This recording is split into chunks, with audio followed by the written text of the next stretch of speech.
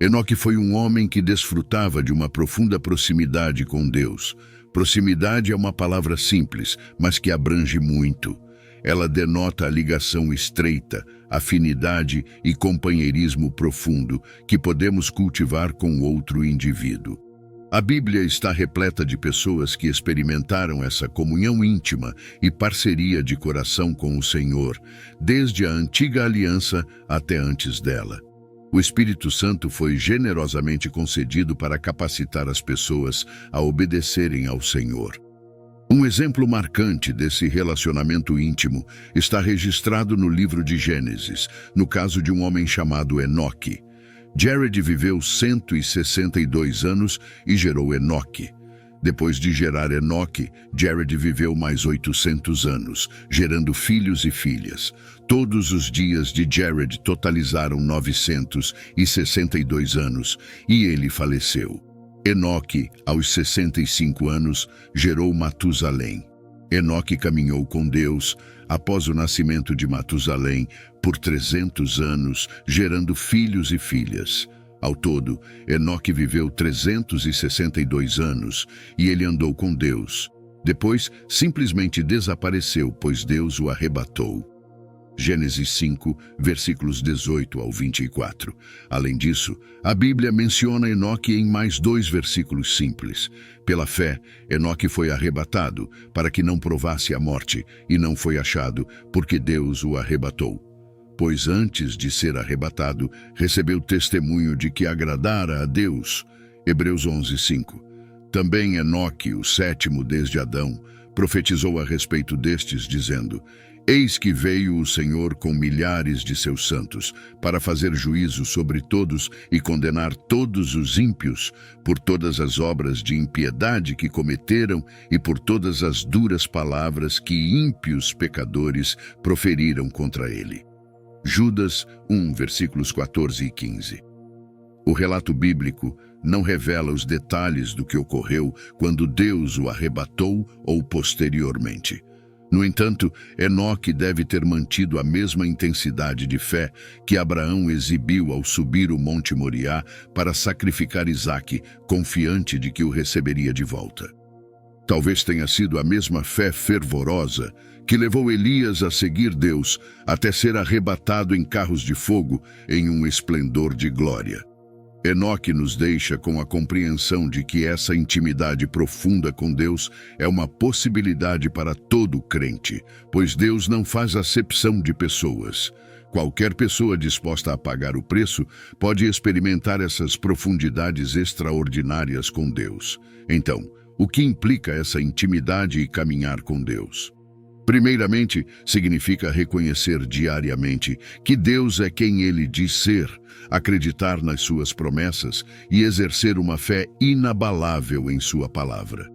Sem fé, é impossível agradar a Deus, pois é necessário que aquele que se aproxima dele creia que ele existe e que recompensa aqueles que o buscam.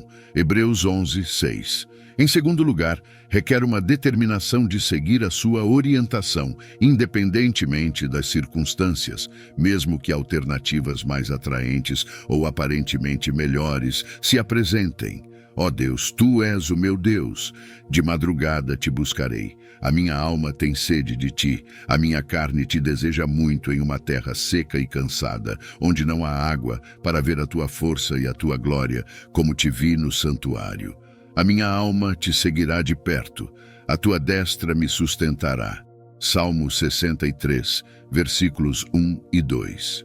O desfecho final da jornada de Enoque, marcada por uma caminhada profunda e fervorosa com Deus, culminou em um encontro peculiar, porém extraordinário.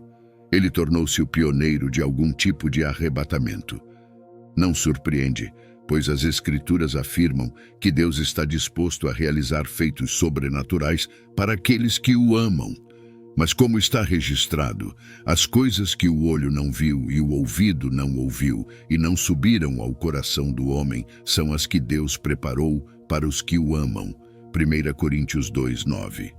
Aqueles que se comprometem com uma vida de intimidade com Deus desfrutam de vários outros benefícios. Ao explorarmos alguns desses benefícios, é crucial almejar e buscar ativamente uma comunhão próxima com Deus. Ele realizará em nossas vidas sinais notáveis, pois nos criou para manifestar sua glória ao mundo. Direi ao norte, dá, e ao sul, não retenhas. Trazei meus filhos de longe e minhas filhas das extremidades da terra. Todos os que são chamados pelo meu nome, pois eu os criei para a minha glória, eu os formei. Isaías 43, versículos 6 e 7. Caminhar em estreita comunhão com Deus nos permite experimentar de forma tangível o seu amoroso cuidado. Não se vendem 2 pardais por um ceitil, e nenhum deles cairá em terra sem a vontade de vosso Pai. E até mesmo os cabelos da vossa cabeça estão todos contados. Mateus 10, versículos 29 e 30. Essa é uma realidade incrível. A ideia de contar os cabelos na cabeça de um bebê seria difícil, mas pensar que Deus pode contar todos os nossos cabelos é surpreendente. É uma realidade que desafia a compreensão humana, mas é assim que Deus se relaciona conosco de maneira próxima e amorosa. Ademais, a intimidade com Deus nos proporciona revelações profundas acerca dele e nos abre para os seus segredos. Então foi revelado o mistério a Daniel numa visão noturna. Então Daniel louvou o Deus do céu. Daniel respondeu e disse: Bendito seja o nome de Deus, de eternidade a eternidade, pois a ele pertencem a sabedoria e a força. Ele é quem altera os tempos e as estações, remove reis e estabelece reis. Ele concede sabedoria aos sábios e conhecimento aos entendidos. Ele revela o profundo e o oculto, conhece o que está nas trevas e com ele habita a luz. Daniel 2, versículos 17 ao 20. O segredo do Senhor é compartilhado com aqueles que o reverenciam, e ele lhes revelará a sua aliança. Salmo 25, 14. A proximidade íntima com o Criador dos céus e da terra é um privilégio singular.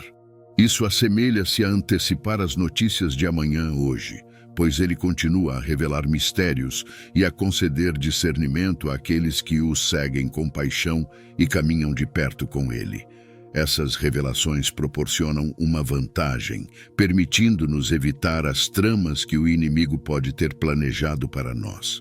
No fim das contas, caminhar de perto com ele traz alegria a Deus.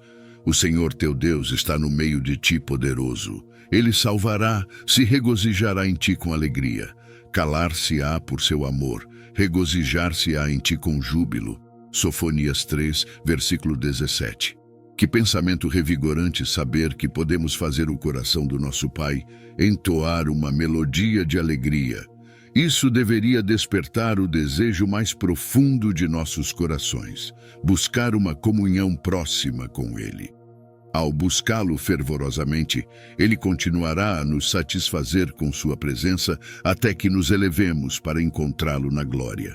A intimidade pinta um retrato de uma união tão intrincada que cada pessoa está ativamente empenhada em buscar a alegria do outro, e nosso anseio por uma intimidade genuína perdura, mesmo na velhice.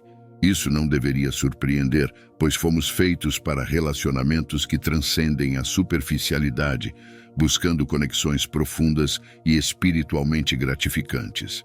Desde o princípio, o ser humano foi destinado a esse relacionamento íntimo com seu Criador, pois somos, em essência, manifestações humanas dele, geradas por ele e portadoras do seu sopro em nossas narinas. As seguintes passagens explicam nossa origem em Deus. E disse Deus: Vamos criar o homem à nossa imagem, conforme a nossa semelhança, que ele tenha domínio sobre os peixes do mar, sobre as aves dos céus, sobre os animais domésticos, sobre toda a terra e sobre todos os répteis que rastejam pela terra. E Deus criou o homem à sua imagem, à sua semelhança o criou, homem e mulher ele os criou. Gênesis 1, versículos 26 e 27. Então formou o Senhor Deus o homem do pó da terra e soprou nas suas narinas o fôlego de vida, e o homem tornou-se uma alma vivente. Gênesis 2, 7. Deus nos deu o melhor de si mesmo e deseja comunhão conosco não apenas por sua satisfação, mas porque é somente quando estamos em um relacionamento próximo com Ele que o pleno potencial que Ele depositou em nós pode ser totalmente realizado. Permaneçam em mim, e eu permanecerei em vocês. Assim como o ramo não pode dar fruto por si mesmo, se não permanecer na videira, vocês também não podem dar fruto, se não permanecerem em mim. Eu sou a videira, vocês são os ramos. Quem permanece em mim, e eu nele, dará muito fruto, pois sem mim vocês não podem fazer coisa alguma. João 15, versículos 4 e 5. Quando estamos em íntima comunhão com Ele, o melhor em nós começa a se expressar plenamente. A primeira vez que testemunhamos a verdadeira intimidade é quando Deus exemplificou a comunhão ao encontrar-se com o primeiro homem, Adão, e sua esposa Eva, no frescor da tarde no jardim do Éden. E ouviram a voz do Senhor Deus, que passeava no jardim pela viração do dia. E o homem e sua mulher se esconderam da presença do Senhor Deus entre as árvores do jardim. Gênesis 3:8. O amor de Deus pela humanidade é difícil de expressar em palavras e explicar, pois Ele nos escolheu para sermos como Ele, mesmo com toda a nossa fragilidade, falhas e fraquezas. Quando vivemos em sua presença conforme seu design, propósito e vontade, isso traz prazer ao seu coração, pois fomos criados para o seu deleite e alegria desde o início. Digno és, Senhor, de receber glória, honra e poder, pois criaste todas as coisas, e por tua vontade existem e foram criadas. Apocalipse 4:11. Então respondeu o Senhor a Jó de um redemoinho, dizendo: Quem é este que escurece o conselho com palavras sem entendimento? Cinge os lombos como homem. Eu te perguntarei, e tu me responderás. Onde estavas tu quando eu lançava os fundamentos da terra? Faze-mo saber se tens entendimento. Quem lhe pôs as medidas, se é que o sabes? Ou quem estendeu sobre ela o cordel? Sobre que estão fundadas as suas bases, ou quem lhe assentou a pedra angular, quando as estrelas da alva juntas alegremente cantavam e todos os filhos de Deus rejubilavam.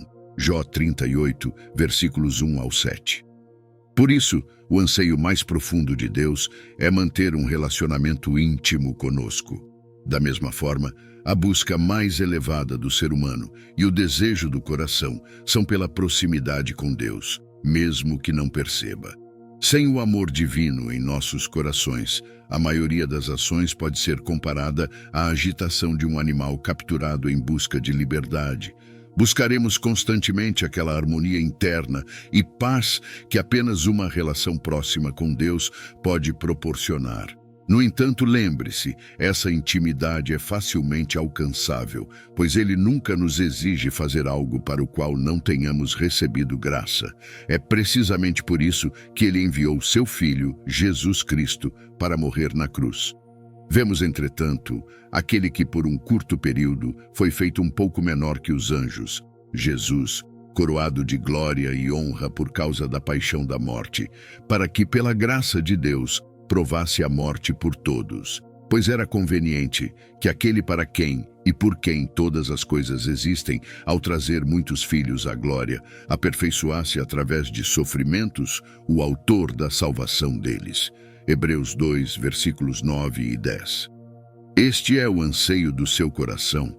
Você deseja conhecer o Salvador e viver na plenitude de suas bênçãos a cada dia? Você pode.